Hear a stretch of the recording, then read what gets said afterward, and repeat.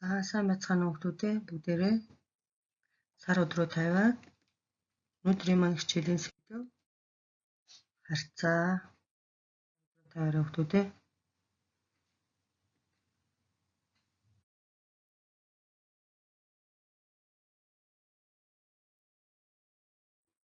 За өнөөдрийн хичээлийн зорилго маань болохоор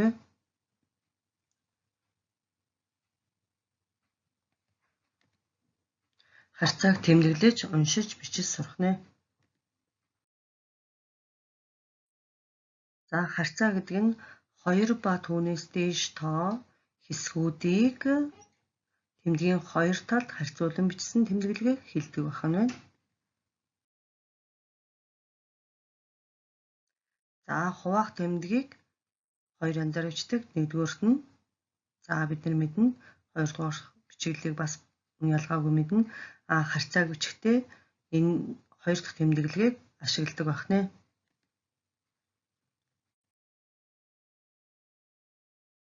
За дээрх дүрсээ бүгдээрээ ажиглаарай.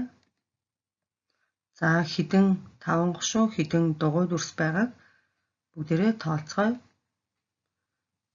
За дүрсүүд өгөгдсөн байна. 5 гушууны тоог дугуй тоонд хуваавал 4-ний 3 буюу харьцаагаар бичихдээ 3-ыг харьцах нь 4 гэж уншиж болно.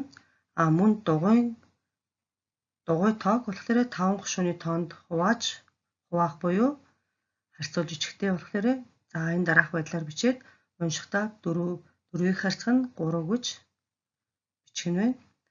5 гушууны тоог нийт дүрсийн тоонд хувааж болно. Тэгвэл нийт дүрс маань болохоор хэдэн дүрс байгааг ажиглая. За 7 дүрс байна. За бичиж тэмдэглэхдээ 3-ыг харьцах нь 7 гэж бичгэнэ. За 2 тооны хамаарлыг хуваах үйлдэлээр илэрхийлсэнийг уул 2 тооны харьцаа гэдэг юм байна. Харьцааг бичиж тэмдэглэхдээ дараах байдлаар бичиж тэмдэглэнэ. Дэвтэртээ бичиж аваарай хүүхдүүдээ. За дараах зураглалд тохирох харьцааг бүгдээрээ бичье. За ногоон алимыг улаан алимтай харьцуулбал за бүгдээрээ ажиглая зургийг.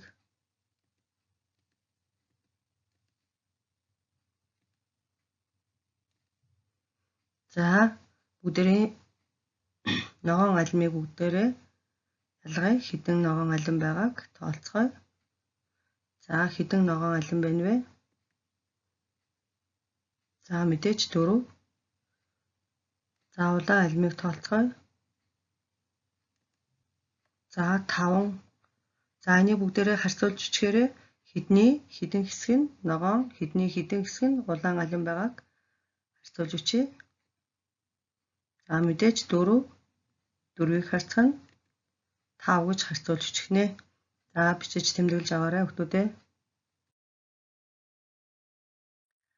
За товчийг ажиглаад ногоон өнгийг ягаан өнгөтэй харьцуулан бичье. За нийт хэдэн товч байна вэ? Хэдэн ягаан, хэдэн ногоон өнгөтэй байгааг харьцуулан бичье бүгдээрээ. За та бүхэн дэвтэртээ бичиж тэмдэглэсэн байхаа.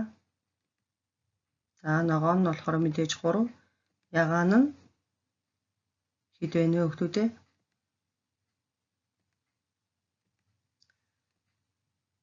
За бүгдээрээ уншицгаая. 3-ыг харьцах нь 6 гэж уншиж тэмдэглэх нь байна. За дугуй хэсгүүдийг бас мөн адилхан ялгаагүй харьцаагаар бичиж тэмдэглэж болно. Дугуй хэсгүүдийг ажиглаад харьцааг бичээрэй. За энэ дээр нийт энэ дугуй хэсгийг болохоор хэдэн хэсэгт хуваацсан байна вэ? Хэдэн хэсэг нь шар өнгөтэй, хэдэн хэсэг нь хөх өнгөтэй байгаа бүгдээрээ харьцгаая. За хөх хэсгийг бүх хэсэгтэй харьцуулахад бүх хэсэгтэй гэж байгаа учраас бүх хэсэг нь болохоор 3 хэсэг, хөх хэсэг нь болохоор 1 хэсэг буюу 1-ийг харьцах нь 3 гэж бичиж тэмдэглэнэ. За дараагийнх нь болохоор за хөх хэсгийг шар хэсэгтэй харьцуулъя бүгдээрээ. Хөх хэсэг нь шар хэсэгтэй харьцуулахаар за мэдээж хөх хэсэг нь болохоор 1, шар хэсэг болохоор 2 хэсэг. 1-ийг харьцах нь 2. За дараагийнх нь болохоор шар хэсгийг бүх хэсэгтэй харьцуулж бичих юм бол за шар хэсэг болохоор 2 буюу бүх хэсэг маань 3. За бичгийн тулд 2-ыг харьцах нь 3 гэж бичнэ. За дараагийн хүснэгтийг ажиглая. Шар хэсгийг хөх хэсэгтэй харьцуулъя. 2-ыг харьцах нь 1 гэж бичгэнэ. За дэвтэртээ бичиж тэмдэглээрэй. За өнөөдрийн гэрийн даалгавар маань болохоор дэвтэр номынхоо харьцааг харьцуулан бичээрэй. Сандал ширээнийхээ харьцааг харьцуулан бичээрэй. За хичээлдээ идэвхтэй оролцсон хүүхдүүддээ баярлалаа.